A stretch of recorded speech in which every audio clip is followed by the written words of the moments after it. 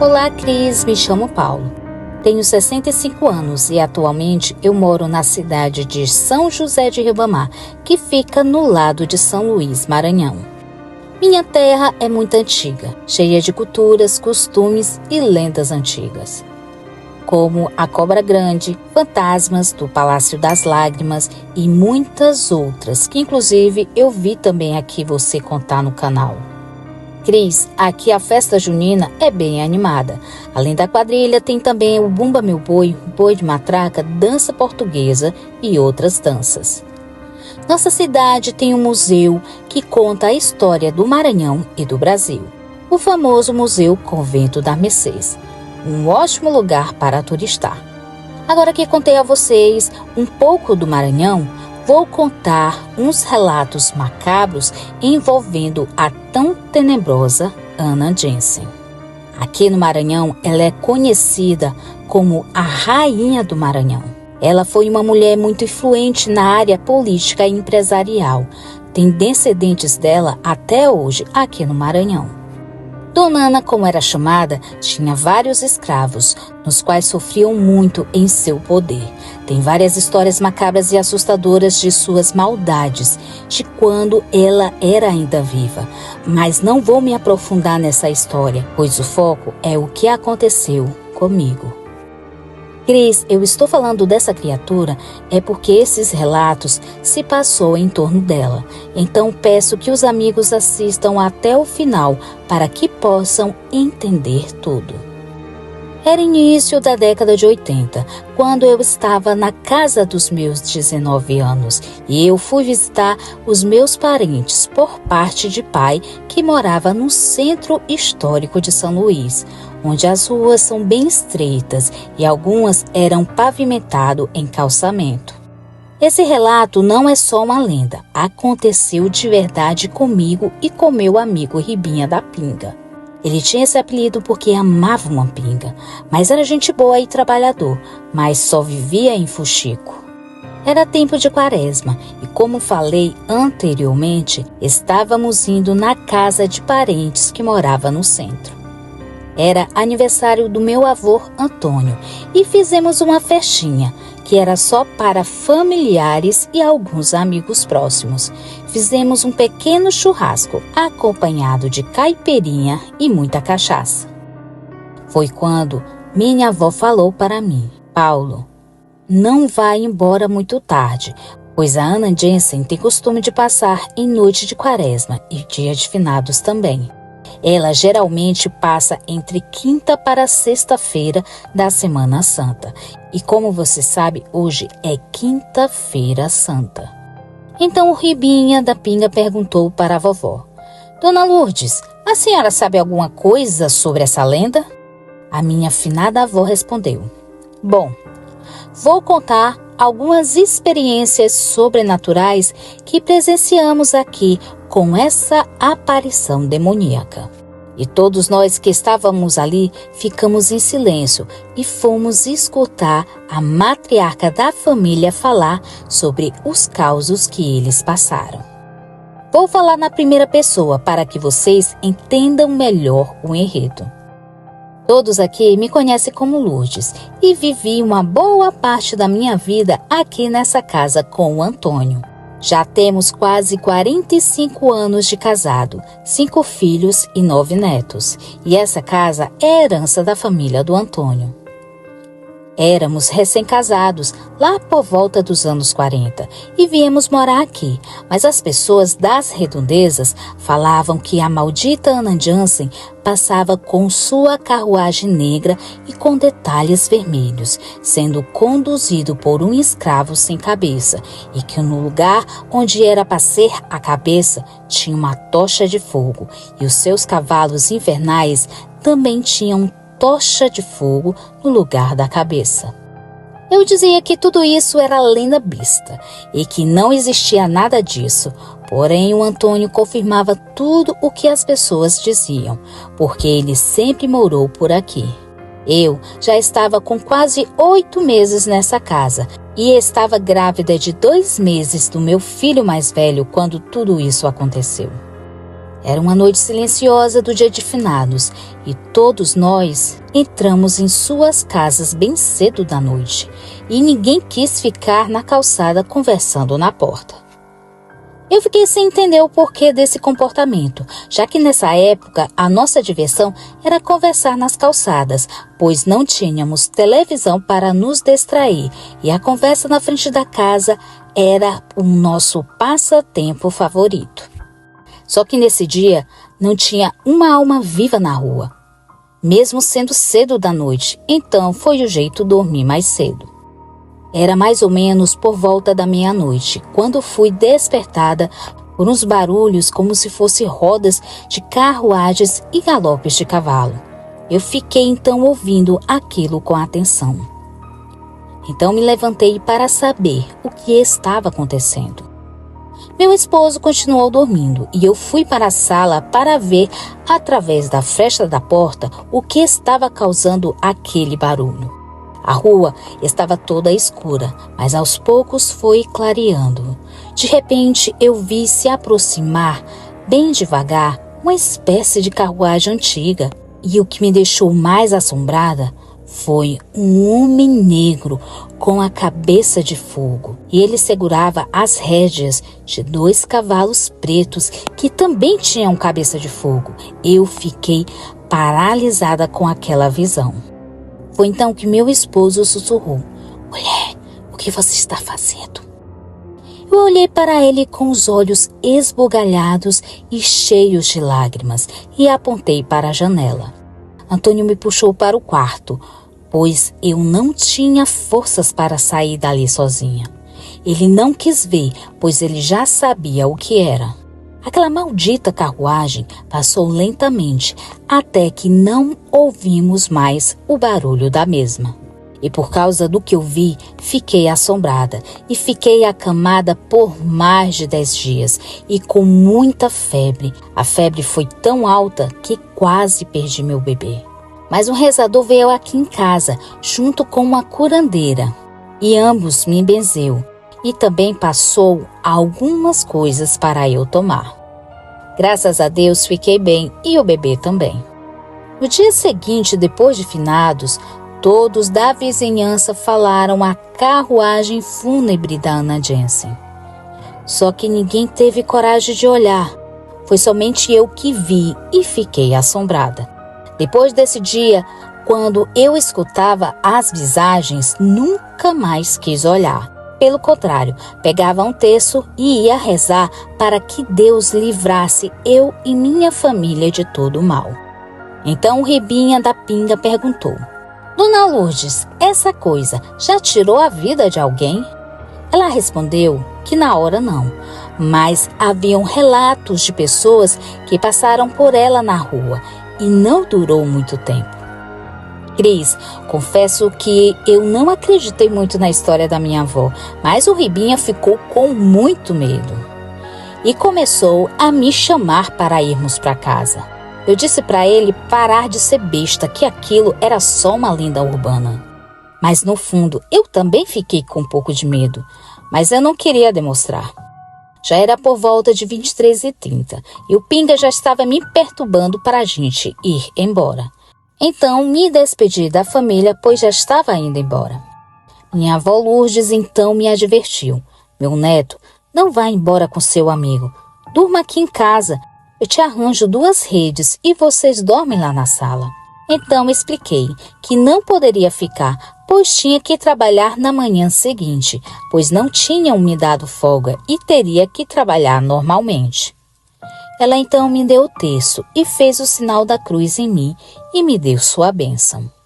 Saímos às pressas da casa da vovó, pois já era quase meia-noite, e fomos caminhando em sentido à Avenida do Gavião, a mesma avenida que passava próximo ao cemitério do Gavião. Eu e o Ribinha da Pinga ficamos mudos o tempo todo. A gente só ficava pensando na história da minha avó.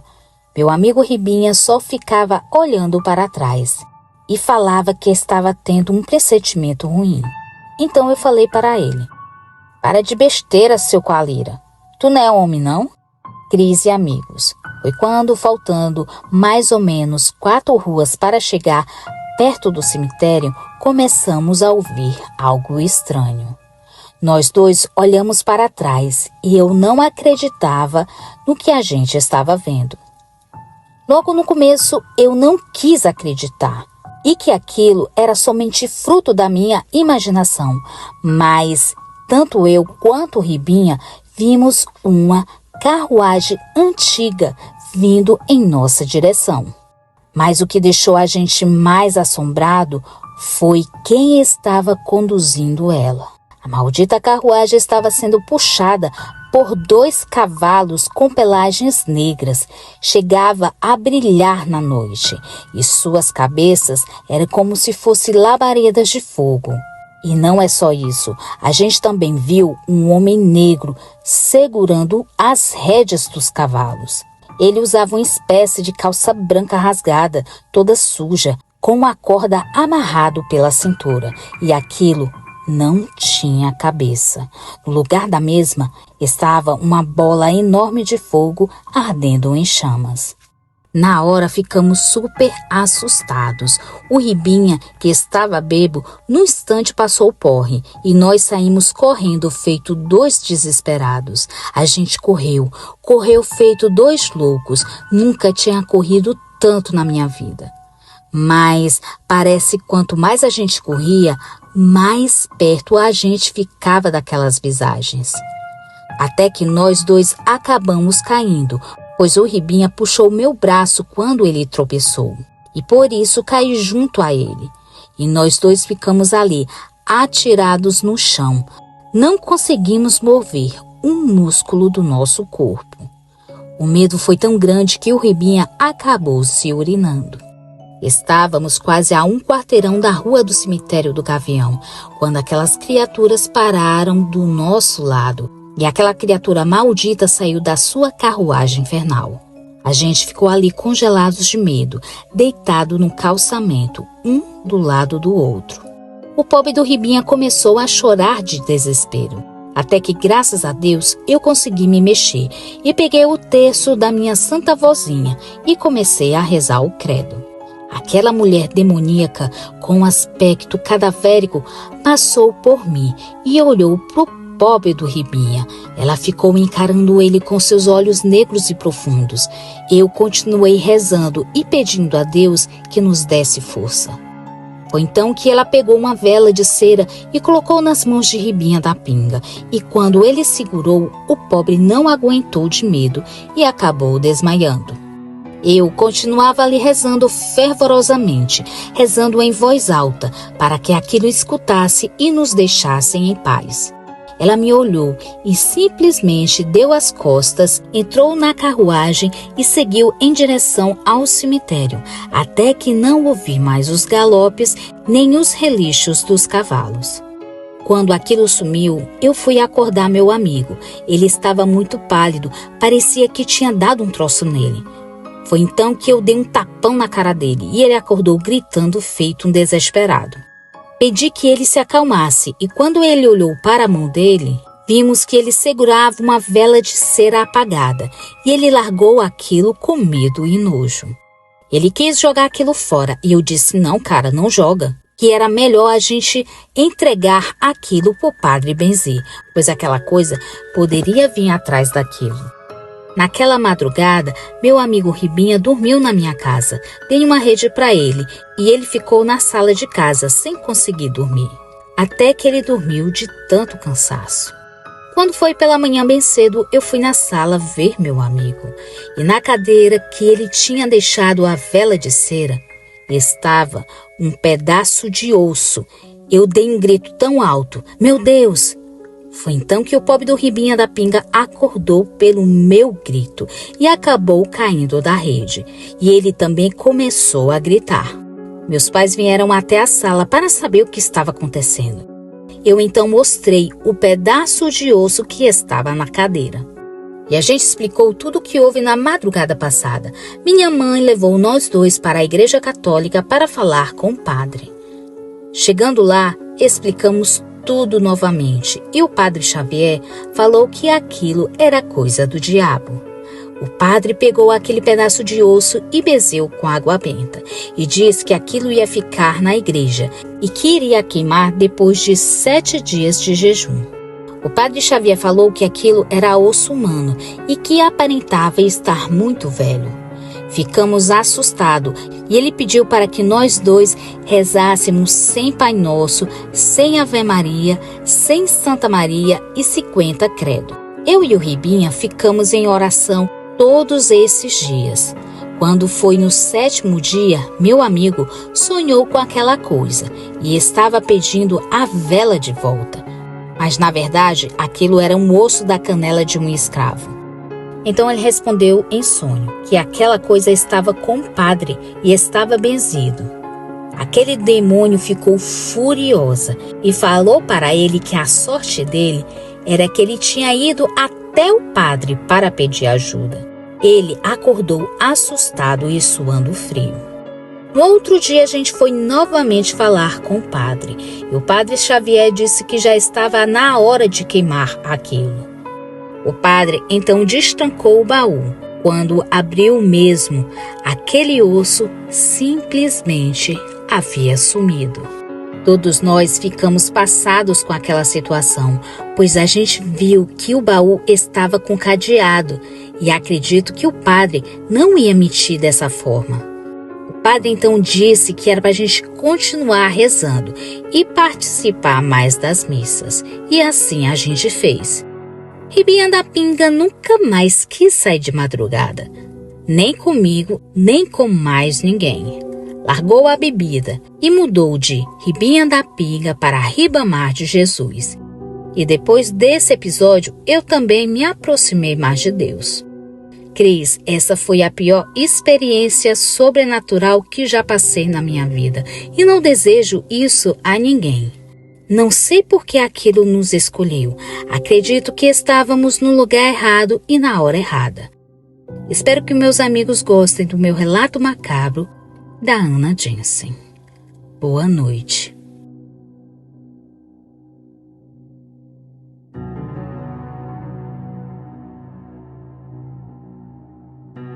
Quem não acredita no sobrenatural não deveria falar coisas que não sabe, pois se a pessoa não acredita, pelo menos deve respeitar, pois é real e de cada 10 pessoas, uma já presenciou algo sobrenatural. Olá, Cris, me chamo Chiquinho, tenho 67 anos e moro em Baturité. Eu adoro o seu canal, sou um inscrito fiel e amo seus relatos e sempre escuto antes de dormir. Hoje é minha vez de contar algo sobrenatural que aconteceu com parentes da minha família e por causa de um vídeo que vi em seu canal, aquele que você gravou na capela da Dona Nina, resolvi então contar as minhas histórias sobrenaturais relacionadas àquele local. Eu e minha família sempre moramos aqui na cidade de Baturité. E desde que eu me entendo por gente, ouço histórias de visagens e assombrações aqui na Serra e região. Minha mãe Josefa relata em uma conversa de família um acontecimento que ocorreu na nossa cidade, quando ela era apenas uma mocinha, nem conhecia meu pai ainda. Ela me contou que uma certa vez houve um falecimento inesperado em nossa cidade, de uma senhora muito distinta e elegante. Ela estava hospedada no patronato da Nossa Senhora da Conceição, em uma missão religiosa que não sei dizer qual é.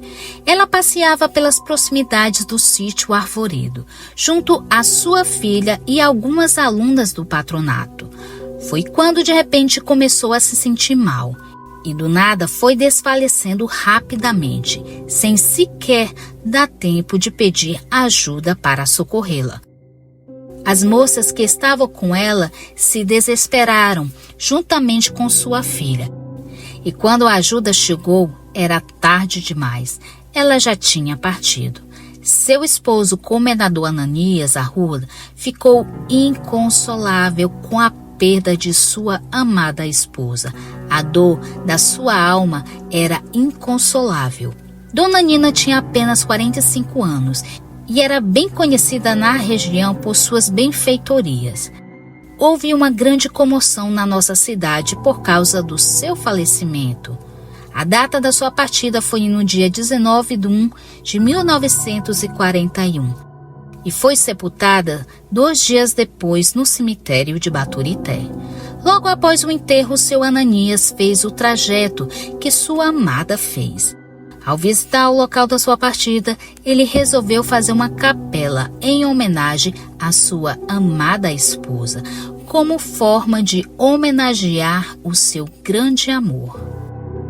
Você me pergunta, por que eu estou contando esses detalhes?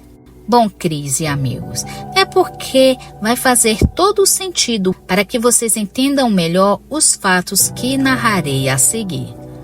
Depois de algum tempo, ele fez a capela e até missa era celebrada naquele local.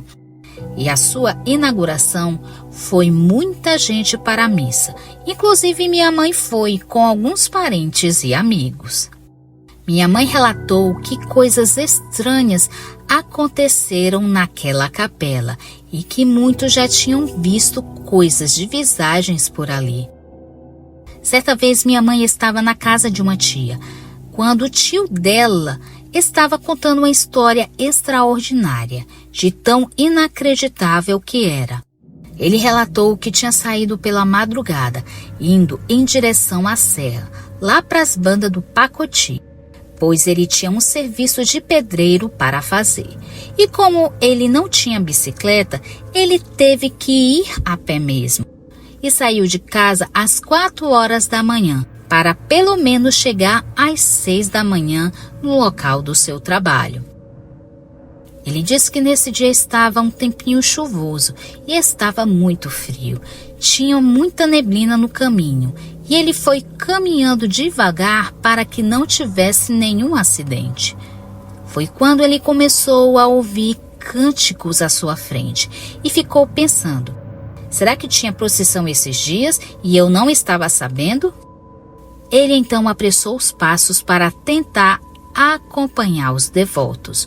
Foi quando ele conseguiu chegar mais ou menos perto da multidão e ele ficou ali no final da procissão, pois não queria atrapalhar o cortejo. Ele relatou que o ambiente parecia ter baixado mais a temperatura, fazendo com que ele batesse os dentes de tanto frio. Aquelas pessoas pareciam ser muito estranhas, vestiam uma espécie de túnica branca e levavam nas mãos uma vela de 7º dia acesas. Ele apertava os olhos para ver se reconhecia alguém, só que ele não conseguiu enxergar ninguém conhecido e era muito estranho, porque era um local pequeno e todos se conheciam.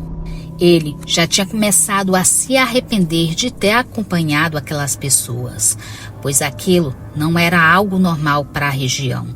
As canções que a procissão cantava, ele dizia ter nunca escutado tais melodias. As vozes das pessoas pareciam ter ecos e enchia o ambiente de medo. O local que tudo isso aconteceu foi na subida da serra, sem muitas casas à beira da estrada, cercado de matas dos dois lados, um intenso nevoeiro e a única iluminação era das velas que vinham da multidão, fora o frio enorme que ele estava sentindo. Ele começou a rezar em voz baixa, pois ele tinha certeza que aquilo não era coisa desse mundo, e foi caminhando atrás da procissão, mantendo uma certa distância. O tio José disse que quando chegou na capela da Dona Ninha, todos da procissão ficaram parados ali na frente, sem esboçar nenhuma reação. Simplesmente ficaram parados ali, no meio da estrada, olhando em direção à capela.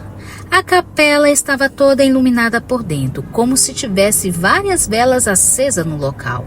Tio José ficou ali olhando aquela cena bizarra por mais ou menos uns 15 minutos, esperando que aquelas pessoas saíssem do caminho para ele passar. Já era por volta de 5h30 da manhã e ele disse que não teve coragem de passar por aquela multidão, pois tinha certeza que aquelas pessoas eram assombrações. As vestimentas eram diferentes, não tinham expressão nenhuma. Não conversavam entre si e tinham um olhar sem vida. Aquilo era realmente assustador. Foi quando de repente um galo cantou e ele olhou para trás, desviando o olhar por um segundo da multidão. Quando ele voltou a olhar para sua frente, ele ficou sem ar. Seu corpo congelou e quase teve um troço ali mesmo. Pois no lugar onde estavam as pessoas, ali em frente à capela no meio da estrada, ele só pôde ver uma intensa neblina, que mal dava para enxergar 1 metro de distância. A capela estava toda escura e fechada. Não tinha como aquelas pessoas ter sumido tão rápido, e muito menos a capela está deserta. Ele conta que congelou até a alma e que um arrepio terrível passou pelo seu corpo e que não conseguiu mexer um músculo de tanto pavor, pois ele tinha se assombrado. Depois de alguns minutos, o dia foi clareando cada vez mais e seus movimentos foi voltando. Já era mais de 6 da manhã e já estava tudo claro, apesar do tempo chuvoso. Então o tio João voltou a se mexer e passou por frente da capela. E ele fez a besteira de olhar para dentro da mesma. E ali ele pôde ver várias pessoas de branco com as velas nas mãos. O tio Zé saiu correndo dali feito um condenado. Depois disso, ele nunca mais passou ali pela noite ou pela manhã cedinho. Ele só passava ali depois das 6 da manhã e antes das 6 da noite. Eu tenho muito mais histórias sobre esse local onde está essa capela. Se os amigos inscritos quiserem que eu traga mais histórias da minha família e amigos, peço que deixe nos comentários, pois eu enviarei para a Cris, para que na voz dela seja narrada as histórias de assombração da capela. Agradeço a Cris pelo espaço cedido e ter a oportunidade de contar minhas histórias sobrenaturais. Muito obrigada por tudo e boa noite.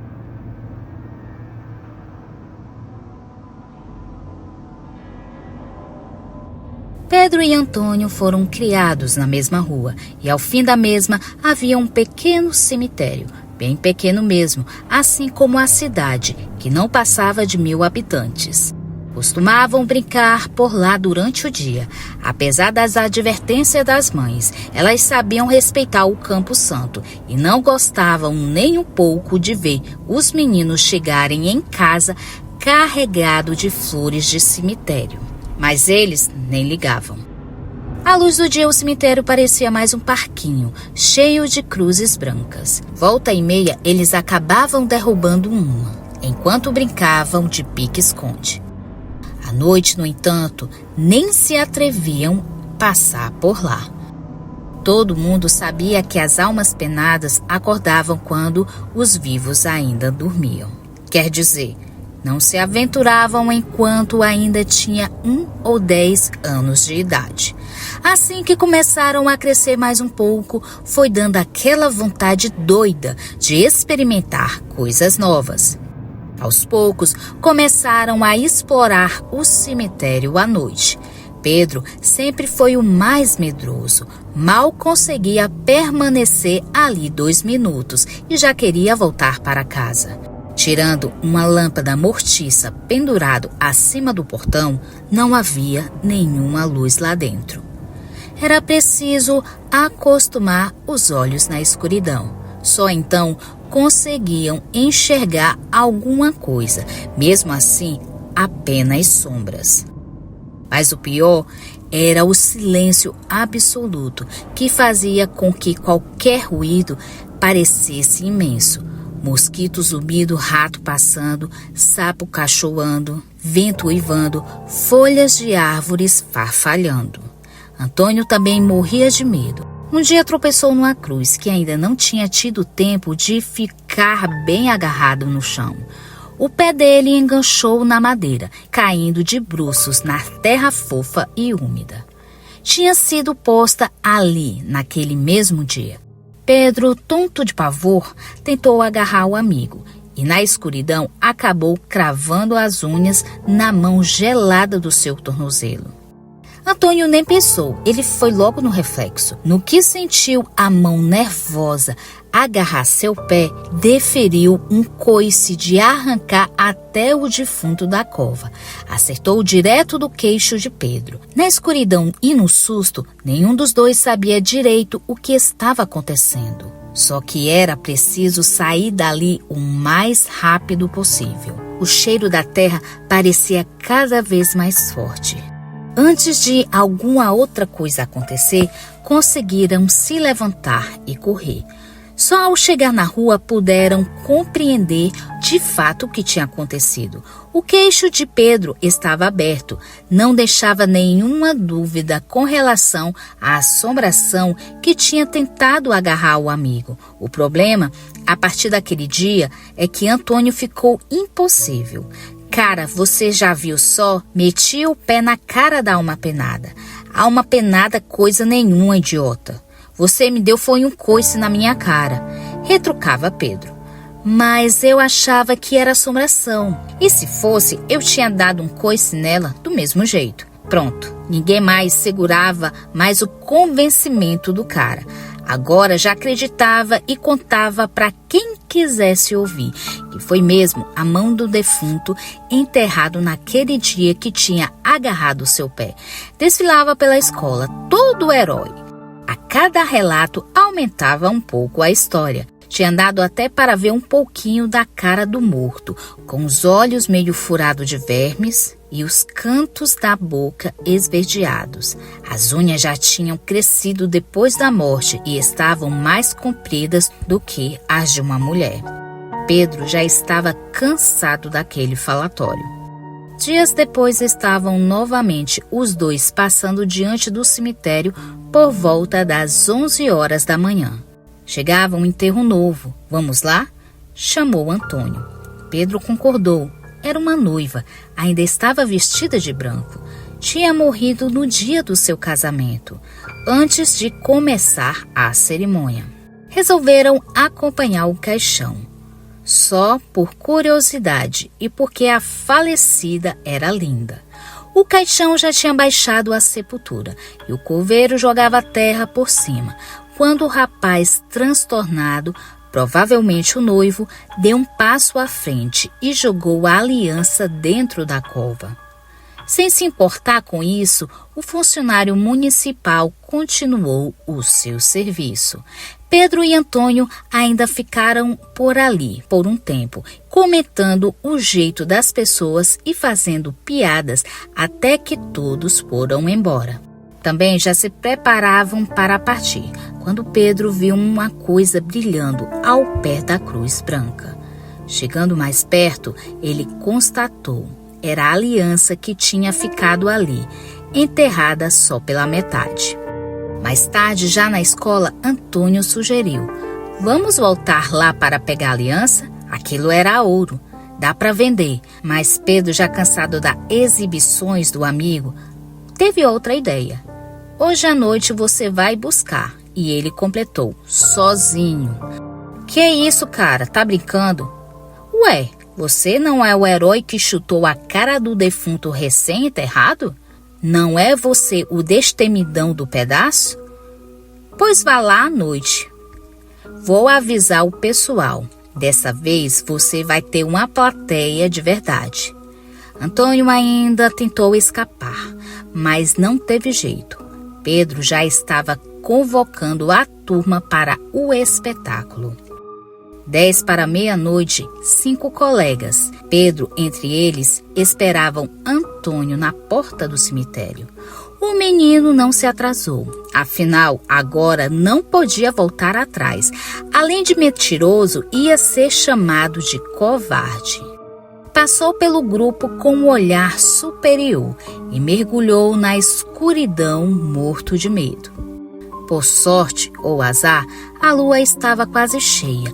Não estava tão escuro como da outra vez. Era melhor para poder enxergar o caminho e chegar mais rapidamente à sepultura da noiva.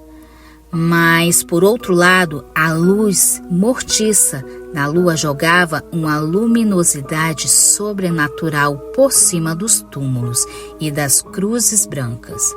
E desta vez, Antônio estava sozinho. Pedro tinha ficado com o grupo, esperando por ele no portão do cemitério.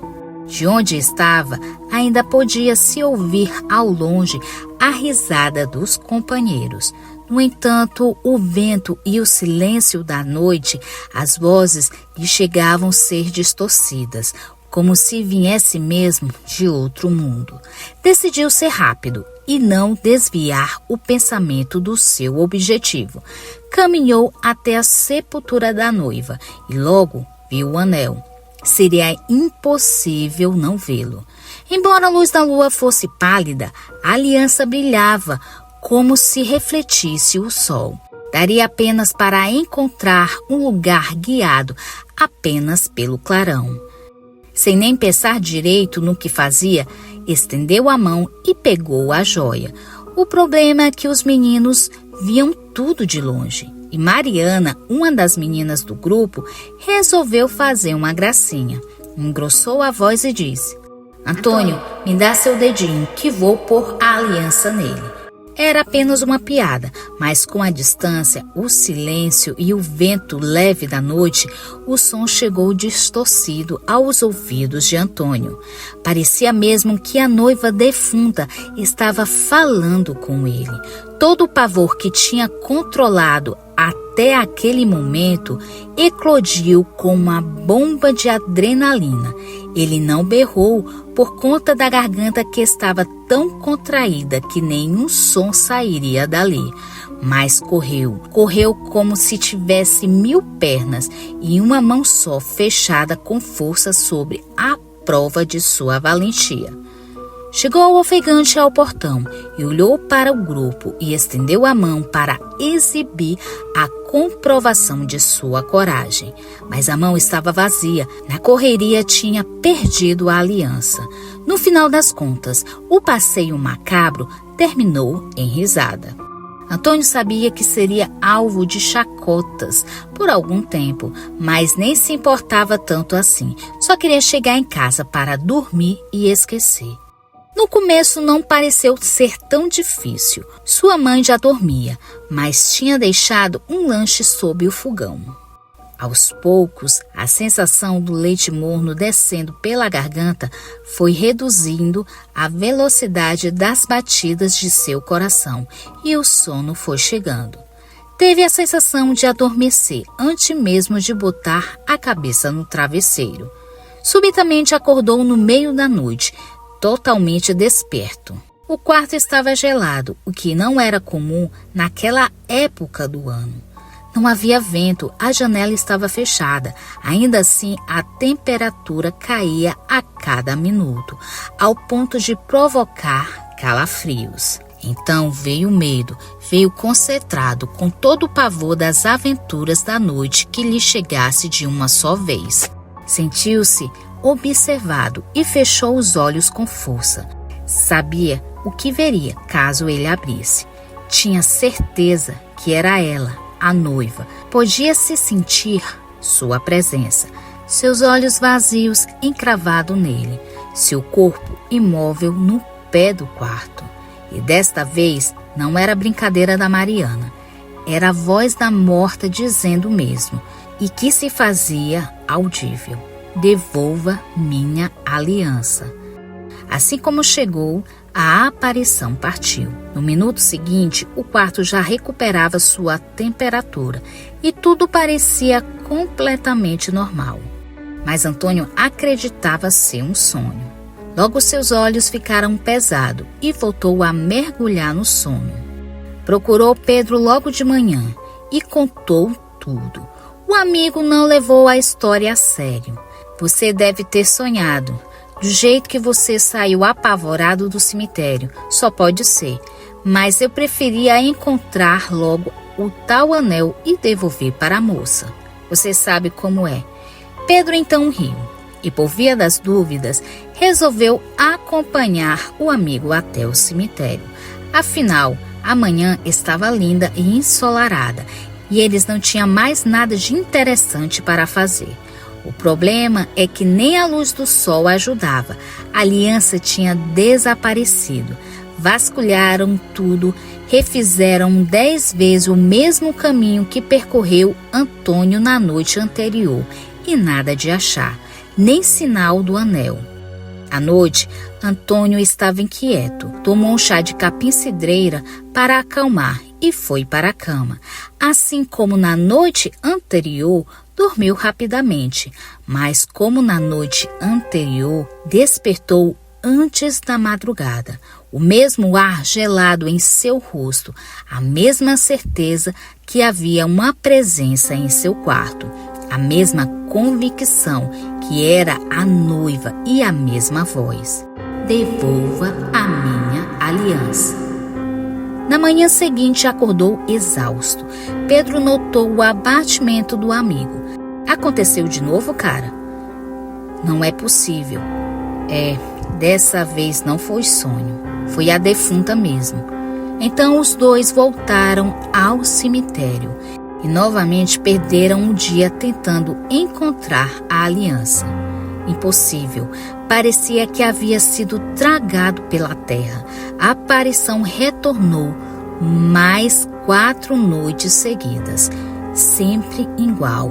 Os mesmos olhos vazios, a mesma boca que não se mexia enquanto falava, as mesmas mãos caindo ao longo do corpo. Finalmente, na sexta-feira à noite, a noiva disse: se você for até a minha cova amanhã à noite e me pedir desculpas, prometo que nunca mais apareço. Mas você precisa ir sozinho. Dessa vez, Antônio viu ela desaparecer lentamente, enquanto o quarto retomava sua temperatura habitual e decidiu ir. Na noite seguinte, cumpriu o prometido. Dirigiu-se sozinho ao cemitério, enfrentou a escuridão e o pavor chegou ao local do encontro marcado. Realmente, pretendia pedir desculpas à noiva. Além disso, pensava em rezar também um Pai Nosso, uma Ave Maria como garantia. Mas, assim que se aproximou da sepultura, sentiu já conhecido o ar gelado em sua espinha. Não teve coragem de olhar para trás. Sabia que ela estava ali e que não deixaria fugir. Queria rezar, queria pedir desculpas, mas a garganta se apertava de tal modo que não permitia a passagem de som algum. Sufocava de pavor. Queria falar e não podia. Queria gritar e não podia. Queria respirar e não respirava. Mas até isso era impossível. Então correu de olhos fechados para não ver o que sabia que estava ali. Correu tropeçando enlouquecido, estendendo os braços para a frente, como se pudesse agarrar alguma salvação. Correu sabendo que nunca mais conseguiria dormir. Subitamente sentiu que seu pé se prendia em alguma coisa, e no momento seguinte seu rosto estava mergulhado num monte de terra recém-removida. O cheiro da morte entrou profundamente por suas narinas. Queria se levantar, mas o pavor o imobilizava. Dobrou os joelhos tentando ficar de gatinhas, mas um puxão forte o derrubou novamente de bruços. Foi então que viu um baque surdo e sentiu uma dor terrível no dedo anelar da sua mão. Em seguida percebeu que a criatura tinha partido. Uma paz imensa tomava conta do ambiente. Os mortos dormiam seu sono infinito e Antônio já conseguia se mover. Levantou-se devagar e olhou para a mão esquerda, e seu dedo tinha sido decepado. Embrulhando a mão ensanguentada na camisa e foi andando lentamente para casa. Pela primeira vez em muitos dias, sentiu que dormia sem sobressalto. Deixou que sua mãe cuidasse do seu ferimento e lhe desse um copo de leite morno. Foi para a cama e logo adormeceu. No entanto, à meia-noite, seus olhos se abriram como se alguém tivesse ordenando que fosse assim. A mulher estava parada à sua frente. No entanto, ela sorria. Um sorriso vazio, isolado do resto do rosto, que permanecia inexpressivo. Desta vez, a mão esquerda não estava caída ao longo do corpo. Acenava para ele, como se desse um tchauzinho em câmera lenta. Antônio não pôde deixar de notar. O dedo esquerdo da noiva exibia uma reluzente aliança de ouro.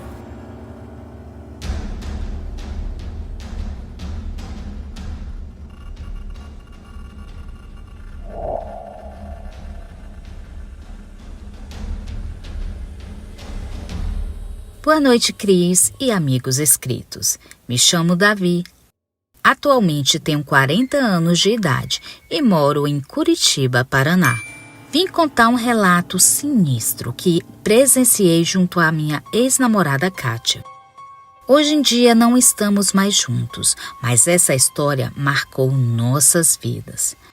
O ano era 2005 e a minha namorada Kátia tinha me convidado para a festa de aniversário da sua mãe em Recife, Pernambuco.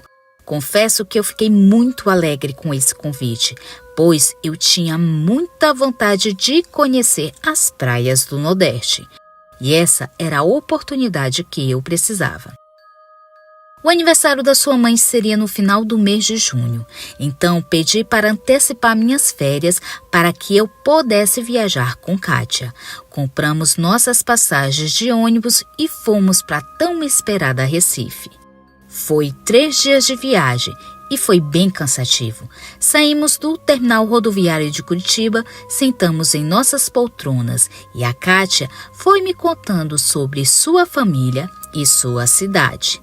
A família dela morava em um bairro chamado Santo Amaro, próximo ao cemitério. A casa era bem antiga e grande. Ela me falou que Recife tem muitos locais turísticos e que a gente ia conhecer, como Olinda, Porto de Galinhas e suas piscinas naturais, a linda Praia dos Carneiros e outros lugares que não me recordo agora. Mas ela também me falou que Recife era a cidade mais assombrada do Brasil. Kátia me contou histórias que me deixou maravilhado. Histórias de assombrações que tem nesse Recife. Cris, ela me falou de uma história que aconteceu com o tio dela e que mais na frente vai ter relação com o meu relato. Agora vou contar a história que ela me contou. Era por volta dos anos 70. Seu tio Aldemir era jovem e gostava de sair para as festas para paquerar. Só que ele não gostava de muita amizade. Sempre andava sozinho e carregava consigo um canivete em seu bolso, pois um homem prevenido vale por 2. Uma vez ele voltando da casa de um amigo que morava num bairro chamado Recife Antigo, e ele vinha caminhando de boa, altas horas da noite. Ele ia levar mais ou menos cerca de 30 minutos andando até chegar na sua casa. Aldemir estava caminhando pelas ruas desertas e macabras, pois a iluminação era muito fraca. Quando faltava mais ou menos 15 minutos para chegar em casa, ele viu de longe um homem na esquina, vestindo um terno branco, sapatos brancos e um chapéu estilo Panamá branco. Ele pensou, o que será que esse abestalhado está fazendo todo arrumado a essas horas da noite?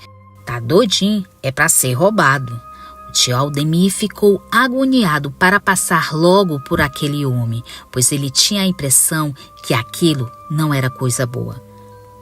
Ele foi se aproximando daquela figura sinistra. Então o tio passou para o outro lado da rua e o cara também foi. Logo ele pensou, aí tem marmota. Foi aí que o tio Aldemir pegou o seu canivete do bolso e ficou atento. Se por acaso aquele macho fizesse alguma coisa com ele, pelo menos ele tinha como se defender. Quando meu tio se aproximou dele, percebeu que o seu terno era muito antigo e não condizia com aquela época. Foi quando de repente aquele homem levantou a cabeça e com uma voz muito grossa perguntou ao meu tio Aldemir: "Tem fogo?" E apontou o cigarro para ele. Tio Aldemir respondeu que não, pois ele não fumava. Foi quando de repente aquele deu uma gargalhada grotesca e olhou em direção do tio Aldemir. Ele ficou tão abestalhado que acabou caindo no chão e ficou assombrado com aquela cena medonha. Meu tio conta que aquilo veio em sua direção, deu uma gargalhada tenebrosa e mostrava sua bocarra cheia de dentes dourados. E o fedor que saía de sua boca era insuportável. Tio Aldemir saiu feito doido, sem olhar para trás. Graças a Deus, ele já estava perto de casa. Então chegou bem rápido. Ao chegar em casa, ficou gritando pelo seu pai, pedindo para ele abrir a porta. E a minha mãe, que é irmã dele, veio abrir a porta. Minha mãe viu que ele estava na cor de um papel de tão branco e não conseguiu falar nada naquele momento. Ela correu e fez uma garapa de açúcar e deu para ele tomar. Ele nem conseguia segurar direito o copo, pois ele se tremia igual vara verde. Depois de alguns minutos, a sala já estava cheia de outros familiares que moravam ali. Foi então que o tio Aldemir contou o que tinha visto. Nesse momento, meu avô disse: "Bem feito, pois eu já te avisei que um dia tu ia achar alguma marmota por aí." Meu tio, depois desse dia, parou de chegar tarde em casa e antes da meia-noite já estava em casa. Quando Kátia me contou toda essa história, eu comecei a achar graça e ela ficou com ódio de mim. Então ela me falou: "Se tu não acredita, não precisa mangar de mim não, pelo menos respeita." E ela ficou boa parte da viagem sem falar comigo. Então tive que pedir desculpas e a gente voltou a se falar. Quando chegamos no terminal de Recife, o irmão dela foi pegar a gente. Ele tinha falado com um taxista amigo deles para ir buscar a gente no terminal. Confesso que Recife é lindo e as pessoas são muito alegres e receptivas. Quando chegamos à casa dela, a família da Kátia me recebeu muito bem e logo me convidou para almoçar, pois sua família tinha feito várias comidas para o aniversário da mãe de Kátia, que aconteceria naquela noite. O dia foi muito agradável e a noite também. Então houve o aniversário da mãe de Kátia. O bolo era gigante e o forró foi o ritmo principal daquela festa. Quando foi pela manhã, a gente foi visitar outros locais turísticos e à noite, os primos da Kátia nos convidou para ir no bairro chamado Recife Antigo, pois tinha alguns barzinhos legais perto do Marco Zero. Prontamente a gente aceitou. À noite pegamos um ônibus e fomos ao encontro dos primos da Kátia. Bebemos e conversamos. Foi bem legal e divertido. Só que já estava tarde e minha namorada disse que a gente já teria que ir embora, pois pela manhã a gente ia para Porto de Galinhas. Já era 00:15 e nos despedimos e fomos em direção ao ponto de ônibus.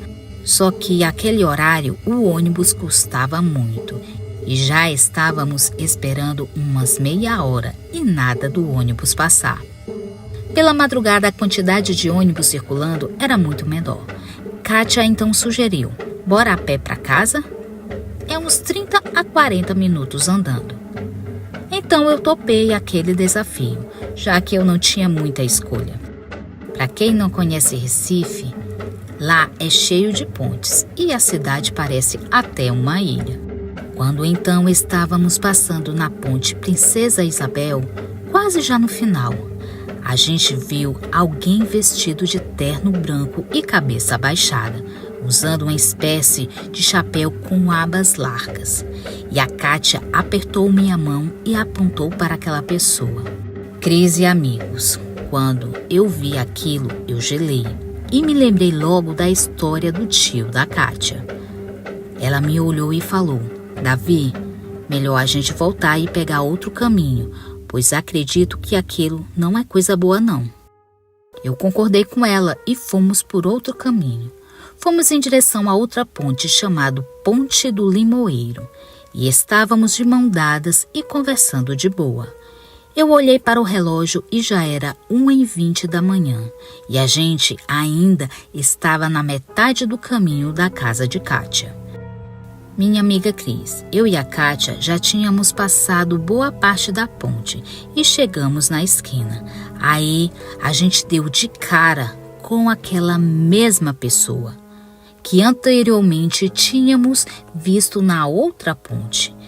Eu coloquei minha namorada atrás de mim e falei: Senhor, poderia por favor sair da nossa frente? Percebi que ele estava parecendo o personagem da história que a Kátia me contou e confesso que me deu medo. Eu já estava suando frio e ofegante. Aquilo deu um sorriso sarcástico e perguntou para a gente: Tem fogo? Nessa hora eu acho que minha alma saiu do corpo e pensei, só posso ter morrido e estou vendo o próprio Satanás na minha frente. Cris e amigos, aquela coisa tinha um bafo podre. Sua pele parecia que estava em estado avançado de decomposição e tinha até larvas saindo do seu rosto cadavérico. E seu sorriso era amarelo e brilhava com a luz que batia. Aquilo parecia até ser de ouro. Kátia deu um grito e me puxou. E eu voltei a ter controle sobre meu corpo. Corremos para a outra rua e aquilo deu uma gargalhada e disse: Eu só quero fogo para acender o meu cigarro. E ele deu outra gargalhada sinistra. Corremos feitos dois desesperados. Não paramos nem para descansar um pouco. Vai que aquilo parecia de novo. Corremos por cerca de 15 minutos e, graças a Deus, chegamos na casa da família da Kátia. Quando chegamos, os pais dela estavam esperando nós dois na sala de casa e contamos tudo o que passamos naquela terrível noite. Eu e a Kátia passamos a noite acordado com medo daquele defunto aparecer para nós novamente. E a Kátia, indignada, me falou: Agora tu acredita em mim, seu abestado? Talvez aquilo só apareceu pra gente porque tu mangou da história que te contei. Eu fiquei sem saber o que dizer. Pela manhã a gente nem foi para a praia. Foi dormir e deixamos para ir outro dia. Confesso que eu perdi a vontade de sair à noite pelas ruas de Recife, apesar de ser muito legal. Passamos mais uma semana lá. E aquele foi o único dia que saímos à noite. Eu e a Kátia ficamos namorando por cerca de 3 anos, mas ela voltou para sua cidade natal e hoje em dia quase não tenho contato com ela.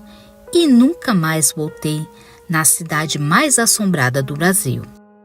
Se vocês moram em Recife e já viu algo parecido, por favor, deixe nos comentários, pois eu ia adorar compartilhar essas histórias sobrenaturais com vocês. Muito obrigada, Cris, pela oportunidade de contar o meu relato sobrenatural.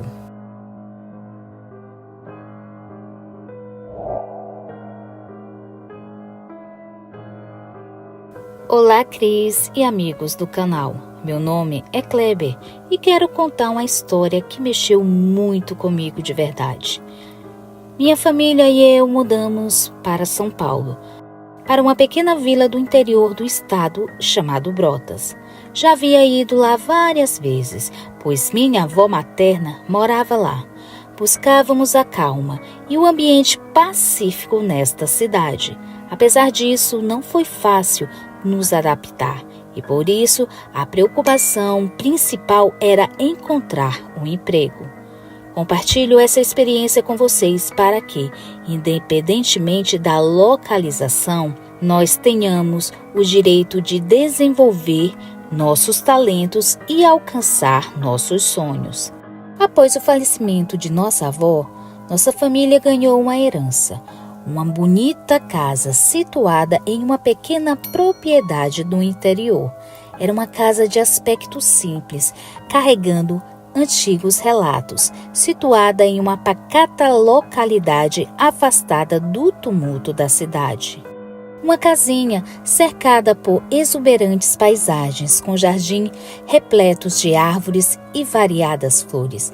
Essa herança nos forneceu memórias inesquecíveis e a oportunidade de preservar aquela casa para as futuras gerações. Resolvemos explorar a possibilidade que a propriedade de nossa avó nos oferecia. Esse lugar nos dava a oportunidade de viver mais próximo de nossa cultura. Sentimos que nossa avó estava nos ajudando a tomar a decisão certa. E foi assim que acabamos seguindo essa escolha. Graças a Deus, conseguimos um trabalho em uma lanchonete próximo à nossa casa, situada a quase 4 quilômetros de distância. Era perfeito para mim, apesar do salário não ser o ideal.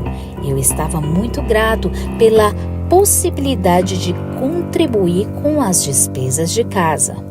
O ambiente do trabalho era propício, oferecendo um sentimento de segurança para todos os que lá entravam.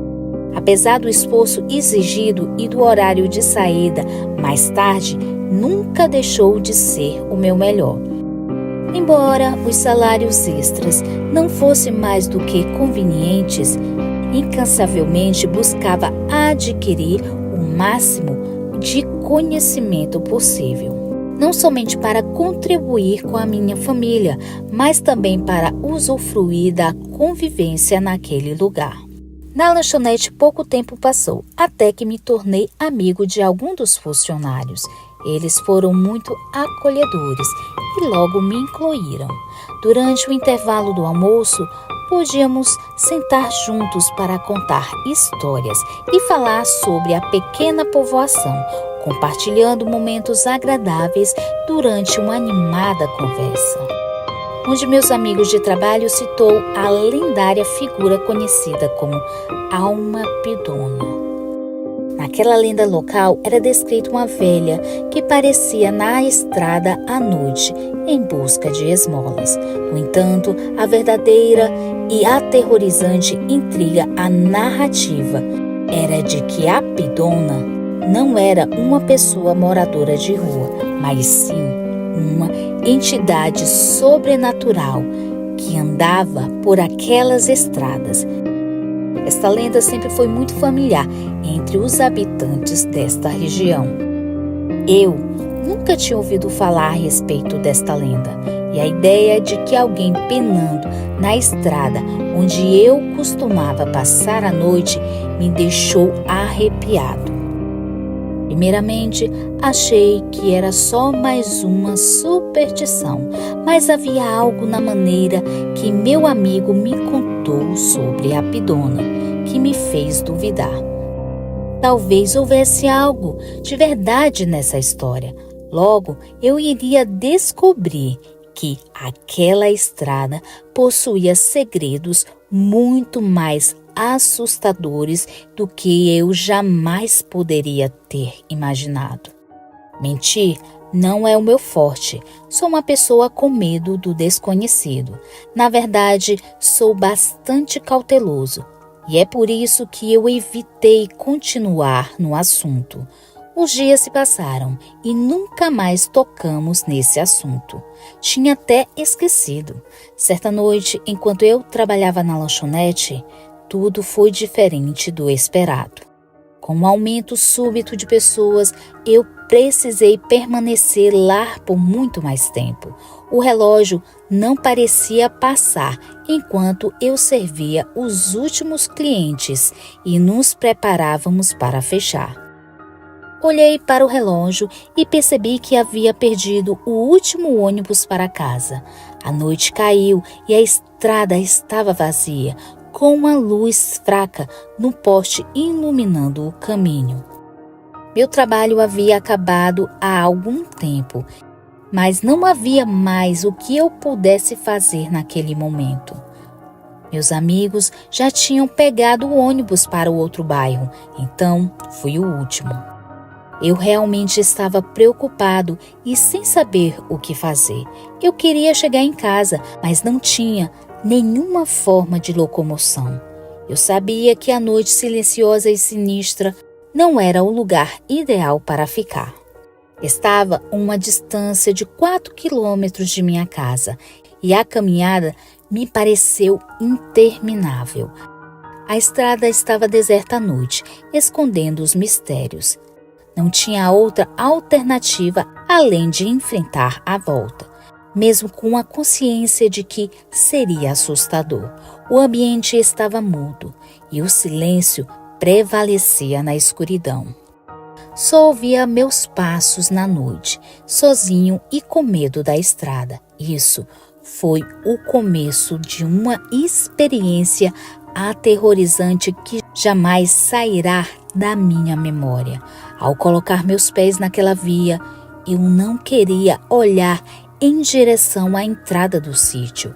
A paisagem estava cercada por árvores velhas e verdes, uma quantidade sombria adicionada a uma escuridão naquela noite. Meu coração já palpitava de tanto medo e minhas pernas não paravam de tremer. Ao chegar na estrada do local, eu notei algo estranho. Vi uma pessoa sentada de costas para a estrada e estava debaixo de uma árvore grande, seca e velha. Fiquei todo arrepiado, meu corpo todo ficou gelado e me senti completamente atormentado. Não conseguia acreditar que aquela estranha figura estava ali. Certamente algo não estava certo. O que dava para ver era assustador devido à sua falta de luz do poste naquela rua. Aquela entidade parecia envolta em trapos desgastados, no qual a vista do seu semblante ficava oculta. Porém, seus olhos emitiam um brilho que contrastava com a escuridão, me causando grande medo. Eu achei que iria desmaiar naquele momento. O pavor era tão grande e comecei a perceber a minha falta de ar. Estava sentindo tonturas e náuseas. Senti meus pés dormentes. Estava à beira de um surto de pânico. Implorei a Deus que me livrasse daquela presença assustadora. Apesar de conseguir ver o asfalto, porém, ouvia um som das folhas no chão. Parecia que até elas estavam se movendo. Continuei andando, rezando para surgir algum veículo. Eu estava disposto a pedir carona para qualquer pessoa. Passaram-se alguns minutos que pareciam ser eternos, mas consegui ultrapassar a região amaldiçoada. Infelizmente, ainda me encontrava longe de casa, tremendo de medo. Olhei para trás, mas nada se movia na escuridão. O pânico começou a tomar conta de mim e meus olhos se encheram de lágrimas. Cerca de 15 minutos depois, uma caminhonete passou por mim. O motorista me ofereceu uma carona, querendo saber o motivo do meu nervosismo. Quase sem palavras, aceitei o gesto de caridade e ele me deixou em casa. Meus pais ficaram preocupados ao ver a minha reação. Após alguns minutos, contei o que havia acontecido. Apesar da incredulidade estampada em seus rostos, o vizinho que me deu a carona falou que já tinha ouvido histórias desse tipo antes naquelas estradas. Algumas pessoas roubaram de mim no trabalho, mas eu sei o que eu senti. Pedi demissão do trabalho. Não sei bem explicar o que era aquela experiência, mas me deixou muito abalado. E até hoje, quando me lembro, me bate uma crise de nervosismo e meus olhos se enchem de lágrimas.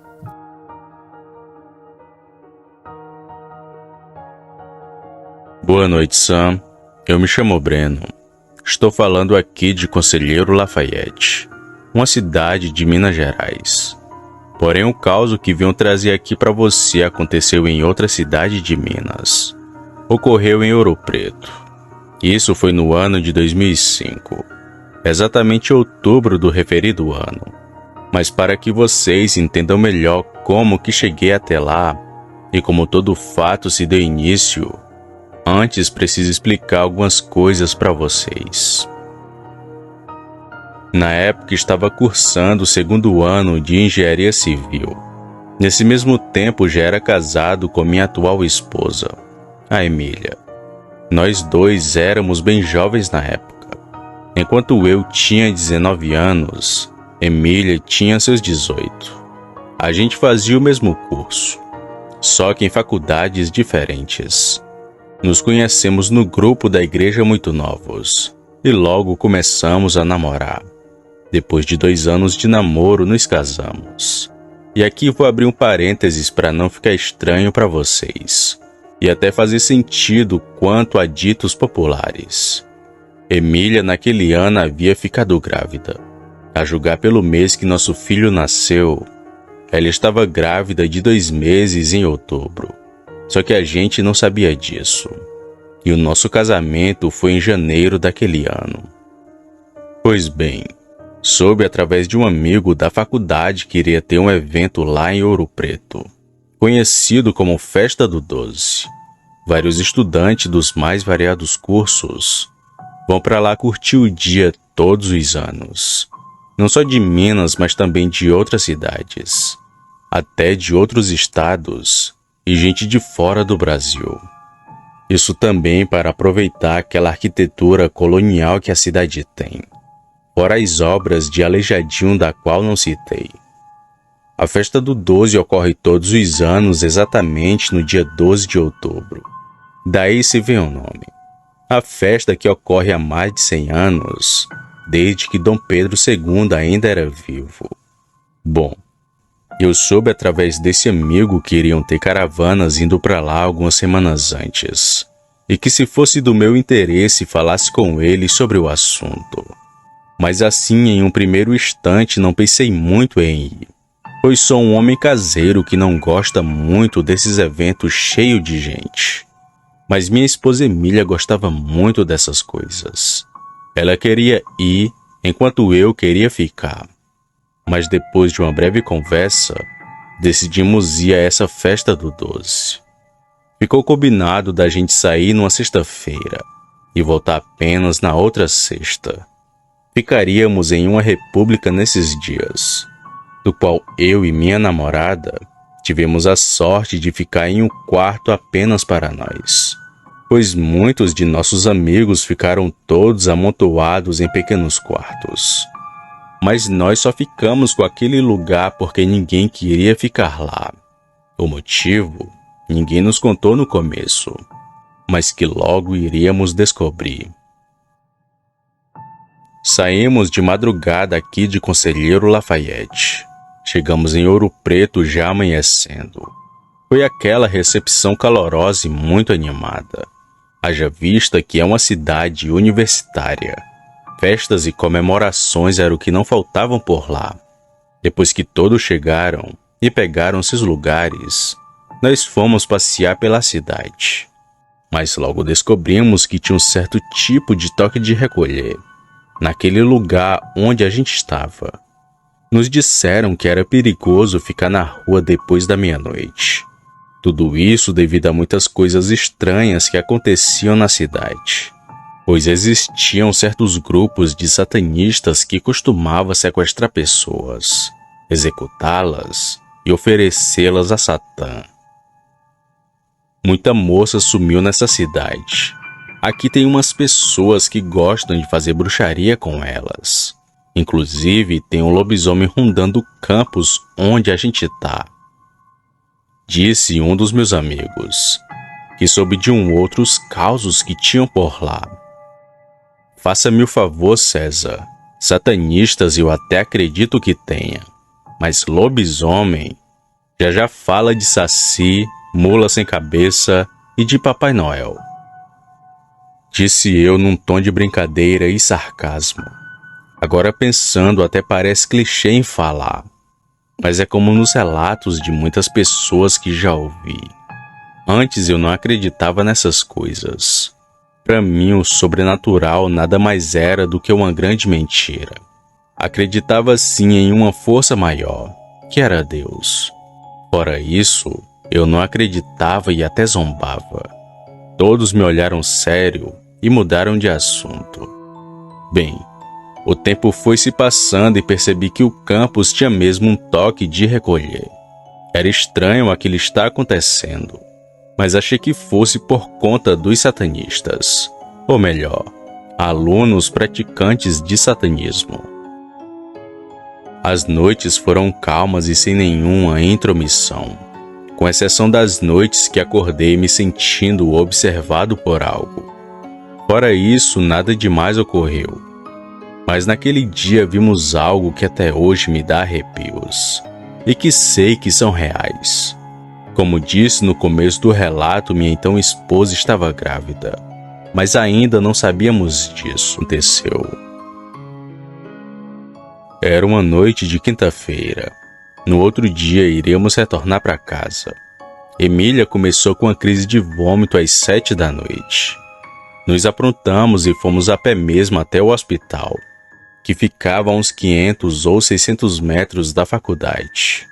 E todos sabemos como o serviço desses postinhos são lentos. E ali ficamos até 10 ou 11 horas da noite. Emília tomou soro e ganhamos alguns remédios para enjoos. Já estando bem melhor quando saímos do hospital. No caminho lembro que comprei um lanche e fomos comendo para o campus. E foi Emília quem percebeu primeiro. Breno, olha aquilo em cima do muro daquela casa, disse ela olhando para uma certa direção. Eu olhei e vi como se fosse um macaco pendurado, e disse que era apenas um boneco. Olha, Breno, tá se mexendo, falou Emília outra vez, e quando olhei a coisa pulou do muro da casa e correu de 4 indo para o meio da rua. Nessa hora senti um medo tão grande que a única coisa que pensava era em correr. Ouvia como uma voz em pensamento para sair dali. Aquilo estava a cerca de 30 ou 40 metros de nós. Estava parado e olhando em nossa direção. Parecia nos esperar. Como a rua era próximo de mata e com muito movimento, não seria bom continuar por ali. E optamos em ir por um lugar mais distante, porém mais movimentado e iluminado. A gente deu de costas para aquilo e corremos o máximo que conseguimos na direção contrária. Tive a leve sensação de que aquilo correu atrás de nós até a esquina, porém não sei se isso aconteceu, já que não tive coragem de olhar para trás. Apenas corri com Emília e seguimos a pé para a faculdade. Ao chegar ainda tinha poucas pessoas na República. Nós apenas entramos no quarto assustados e tentamos dormir, mas nem isso conseguimos, pois aquela sensação de estar sendo observados continuava, e não quis olhar pela janela, pois sabia que lá fora na mata estaria aquilo, olhando e esperando por nós. Aquela foi a noite mais longa da minha vida. Não vi a hora de amanhecer para ficar em paz e sair dali o mais rápido que podia. À tardezinha, enfim, conseguimos sair dali. E como nossa história já tinha se espalhado pelo campus, o meu amigo César veio falar comigo. O mesmo César que falou do suposto lobisomem que estava aparecendo por ali. Ele disse: "Sabe aquele dia que a gente estava no restaurante e que você falou que lobisomem não existia, brincou com a situação e fatos sobrenaturais? Então, iria te falar que naquele quarto dormia um zelador, que segundo o que dizem, ele virava lobisomem. Só não tive a oportunidade para te contar." Nessas alturas já não duvidava de mais nada. E essa foi só mais uma informação da qual soube do lugar onde a gente estava. Como disse lá no começo, pode até parecer clichê, mas o que eu vi foi algo real, que estava nos esperando passar na rua naquela noite. Mas ainda tenho uma dúvida sobre esse ocorrido. O lobisomem, segundo o que meu amigo conta, Já estava aparecendo e aparecia na cidade há anos. Porém, o bicho começou a perseguir a gente. Seria o motivo disso da minha esposa estar grávida e com nosso filho pagão no ventre? Ou foi apenas uma obra do acaso? Eu não sei, mas sei que esses bichos são reais. E naquela noite nós vimos um. Boa noite.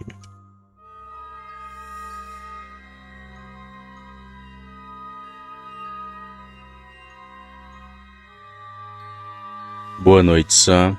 Eu me chamo André. Moro em Campinas, que fica em São Paulo. Porém, a minha família é natural do Maranhão. Inclusive, viemos para cá há pouco mais de 30 anos. Vou contar um caso que aconteceu com meu pai, quando morávamos no Maranhão, na época em que ele trabalhava como caminhoneiro para uma madeireira de lá. Inclusive, ele me disse que viu um lobisomem por 2 vezes. Uma no Maranhão e outra aqui onde moramos atualmente, sendo seu segundo encontro com a fera o mais longo e assustador. Agora, para o bom entendimento do ouvinte, vou contar os seus causos como se fosse ele contando para vocês. Eu trabalhei por 12 anos na Madeireira Paraná.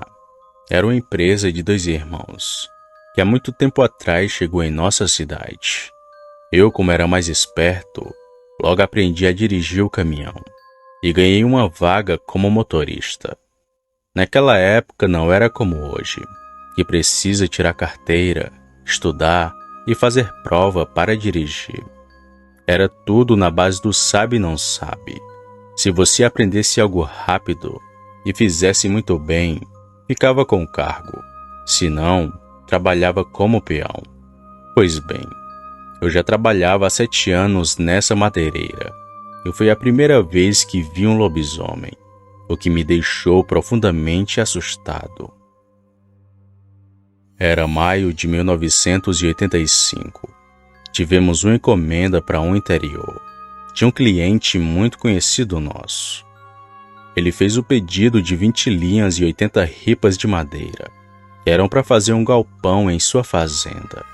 E como ele tinha seus próprios trabalhadores, nem foi preciso ir com os da empresa. Por isso me dirigi até o interior sozinho. Quando saí já estava no final da tarde. Seria uma viagem normal como uma outra qualquer. Porém tive alguns problemas. Assim que cheguei lá, o pessoal da fazenda começou a descarregar as madeiras. E até que foi um trabalho bem rápido. Só que quando fui sair, houve um incidente com o caminhão. Ele não ligava de jeito nenhum. E para piorar tudo, começou uma chuva forte que parecia que não ia ter fim. Mas mesmo embaixo de chuva, fiquei tentando colocar o caminhão para pegar. Mas nem sinal de vida ele dava. Até que depois de insistir muito, desisti e fui para o alpendre da casa. Esperar o dono da fazenda chegar e voltar para a cidade com a carona dele. Bom, com isso as horas foram se passando, mas nada daquela chuva passar. Quando deu 7 da noite já não havia ninguém ali perto de mim. Os caseiros foram dormir, e os contratados da fazenda também. Temendo ser assaltado ou acontecer algo do tipo comigo, fui para dentro da cabine do caminhão, que era bem velho e não dava nem para deitar os bancos, assim como são os de hoje. Mas para fugir da chuva estava perfeito para mim. Depois de um tempo lá, acabei pegando no sono e só fui me acordar quando era de madrugada, hora em que o lobisomem apareceu. Era por volta das 2 ou 3 da madrugada, quando fui acordado com o alvoroço dos animais da fazenda. Gados, cavalos, galinhas, os bichos estavam feitos loucos. Quando me levantei do banco, percebi que a chuva já havia passado. Porém, tinha uma neblina que cobria toda a região. Nem a casa, nem a estrada dava para ver mais. Foi quando comecei a escutar passos na lama, como se alguém estivesse próximo de mim. Olhei para um lado e para o outro, mas não via nada. Foi quando, de uma vez, senti algo grande e pesado subindo na carroceria do caminhão. Assustado, eu me virei para olhar pelo vidro Eu fui aí que vi 2 pernas tortas e peludas, a meio metro de mim. A única coisa que nos separava era o fino vidro da cabine. Aquela coisa estava em pé, por isso não me viu quando me virei. Em pânico, só fiquei ouvindo aquilo andar para lá e para cá em cima do caminhão. Cada passo que ele dava era um balanço, muito assustador. Depois de alguns minutos, aquela coisa novamente pulou para o chão e veio andando até chegar próximo da cabine. Fui até a porta, mas não vi a cara daquele bicho. Só vi seu cansaço, que era igual de um cachorro, só que mais alto e muito mais estranho. Aquela coisa ainda rondou pela fazenda por alguns minutos, pois escutei seus passos na lama que tinha ali, e só percebi que ele tinha ido embora quando os animais começaram a se acalmar. Quando amanheceu, o dono da fazenda apareceu por lá. Isso aí que peguei a sua carona. Enquanto voltávamos para a cidade, contei do que vi na noite anterior, e ele me contou algo muito assustador, que nunca mais saiu da minha mente. O fazendeiro me disse: desde a época da quaresma, que os caseiros da fazenda dizem que viam lobisomem rondando em minhas terras. E foram eles que me aconselharam a fazer um galpão para pôr os cavalos. Senão o bicho vai acabar devorando tudo. Mas até agora ele não fez muita coisa. Só atacou algumas galinhas e 2 cabras. Eu até já vigiei o maldito, mas por algum motivo ele nunca aparece. Estou suspeitando que seja alguém conhecido. Pode até ser um dos meus caseiros ou algum dos meus contratados. Na hora em que ele me disse isso, eu paralisei de medo, pois falei com todos que trabalhavam ali, porém não fiquei de conversa com ninguém, já que não sabia da índole de nenhum daqueles homens, e provavelmente um daqueles sujeitos fosse aquele bicho que subiu no meu caminhão, e talvez teria sido ele que o sabotou, já que depois que levei na oficina, descobriram que estava faltando uma peça muito importante do meu caminhão. O meu pai sempre nos conta esse relato, e até vemos o medo em sua fala, mas ao menos esse ele nos conta. Porém o outro que vou mandar, poucas vezes ouvimos ele contar, pois foi algo que assustou tanto meu pai, que ele se recusa a lembrar.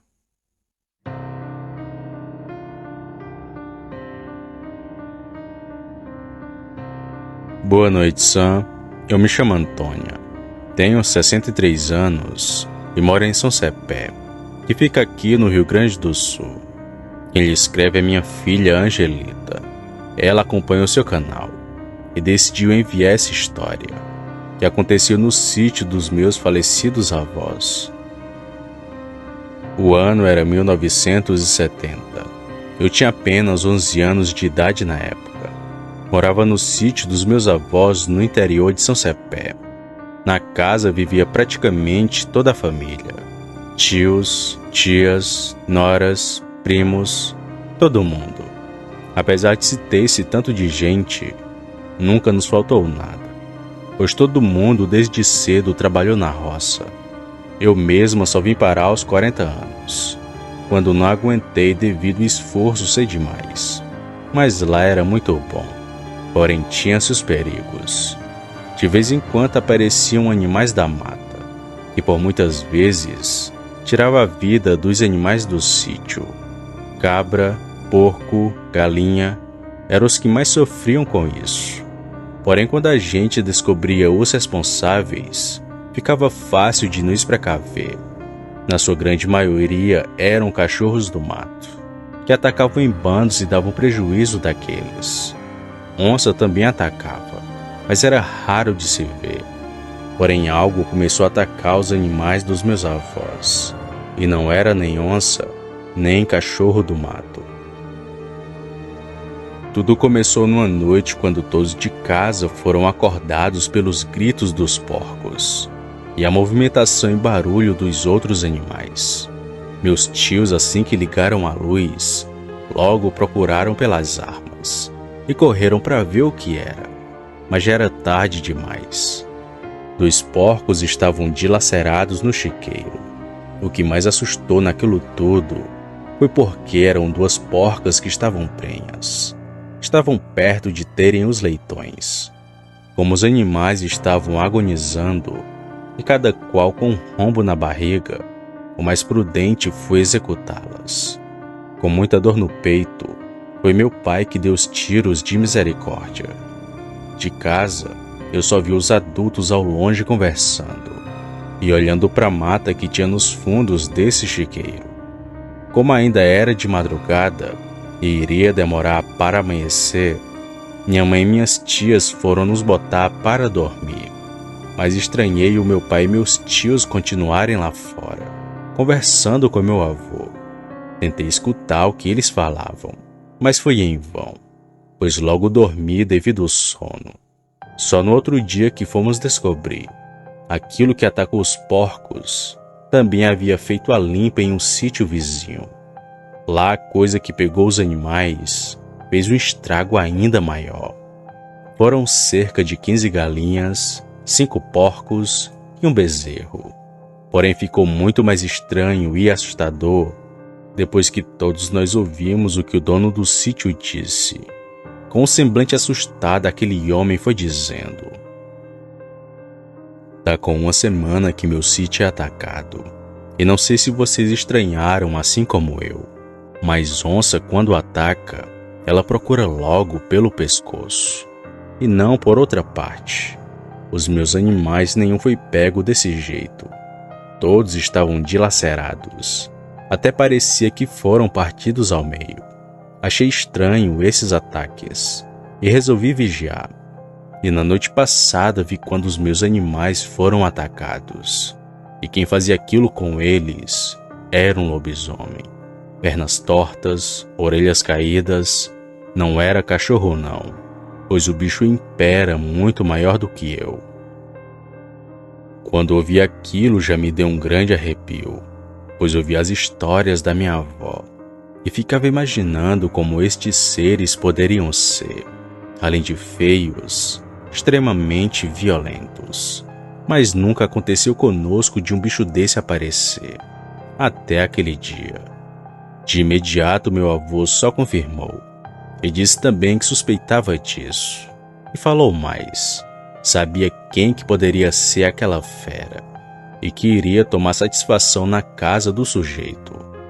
Foi então que meus tios e meu avô pegaram as armas e saíram a cavalo. Só foram voltar quando estava anoitecendo. Apesar deles terem demorado, não encontraram o sujeito que era conhecido como João. Diziam que o homem mexia com feitiçaria e que virava bicho por aquelas bandas. Sendo verdade ou não, eu nunca soube direito. Só sei que meus tios começaram a vigiar o sítio e por 20 dias nada apareceu. Mas acabou que numa noite, sem mais nem menos, aquele demônio resolveu aparecer e o vi correndo na estrada. Era noite de lua cheia. Caiu uma garoa fina lá fora. Eu estava acordada na parte de baixo da beliche do meu quarto. Meu tio estava na sala ao lado de sua espingarda, só esperando o maldito aparecer.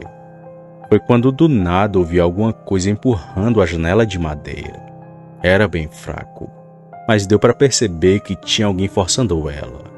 Na mesma hora paralisei de medo e só senti o empurrar cada vez mais forte. Mas do nada aquilo parou e meio que foi andando pela lateral da casa.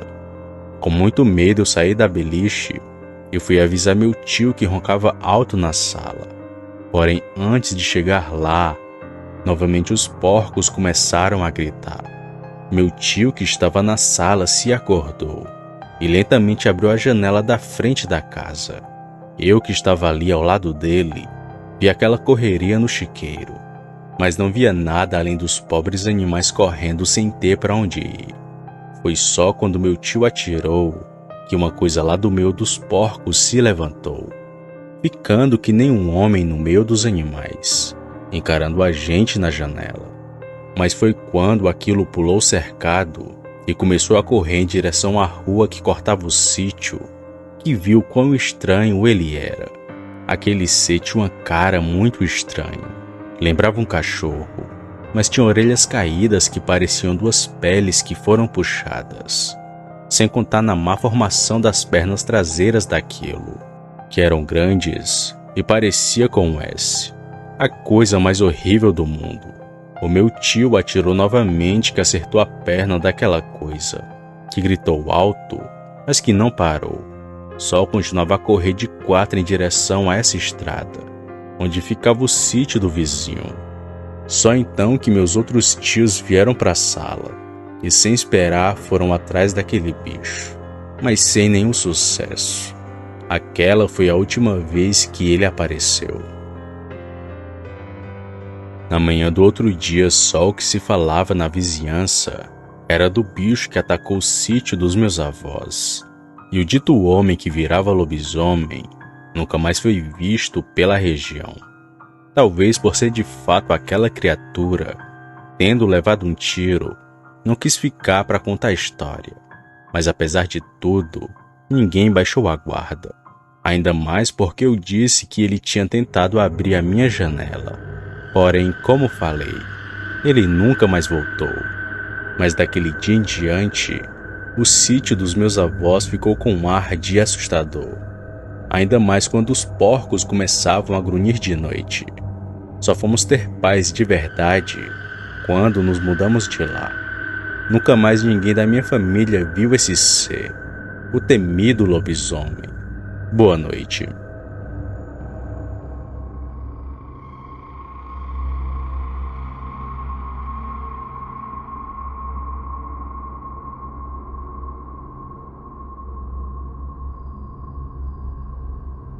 Muito obrigada pela sua presença. Se gostou do vídeo, deixe seu like. Se for novo por aqui, inscreva-se no nosso canal e assine o sino das notificações.